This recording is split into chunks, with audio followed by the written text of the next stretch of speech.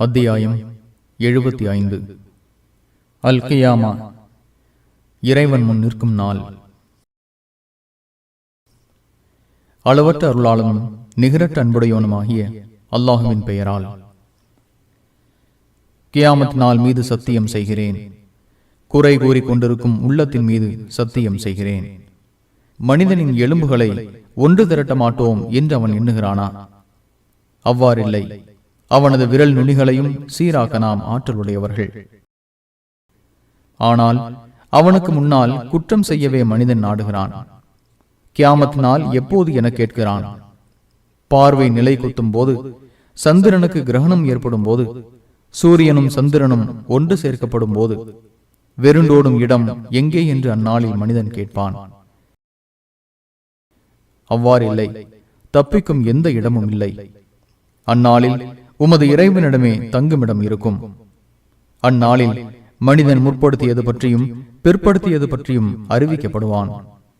மாறாக மனிதன் சமாதானங்களை கூறிய போதும் தன்னை பற்றி நன்கு தெரிந்தவனாக இருக்கிறான்.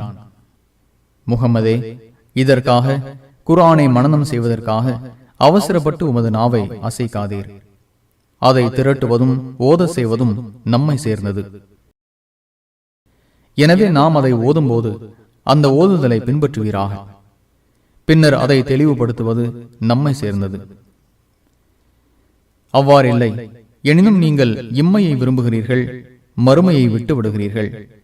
அந்நாளில் சில முகங்கள் மலர்ந்து இருக்கும், தமது இறைவனை பார்த்து கொண்டிருக்கும்.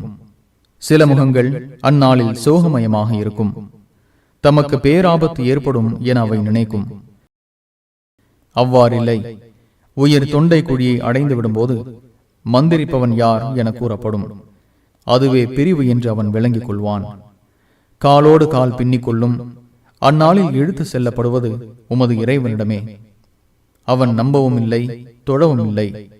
மாறாக பொய்யென கருதி புறக்கணித்தான். பின்னர் தனது குடும்பத்தினருடன் கர்வமாக சென்றான். உனக்கு நெருங்கிவிட்டது, இன்னும் நெருங்கிவிட்டது, பின்னரும் உனக்கு நெருங்கிவிட்டது, மேலும் நெருங்கிவிட்டது. வெறுமனே விடப்படுவான் என்று மனிதன் எண்ணுகிறானா? அவன் செலுத்தப்படும் விந்தின் சிறு துளியாக இருக்கவில்லையா? பின்னர் கருவுற்ற சினை முட்டையானான். பின்னர் இறைவன் படைத்து சீராக்கினான். அவனிலிருந்து ஆண் பெண் என ஜோடியை ஏற்படுத்தினான். இத்தகையவன் இறந்தோரை உயிர்ப்பிக்க ஆற்றல் உடையவன் இல்லையா?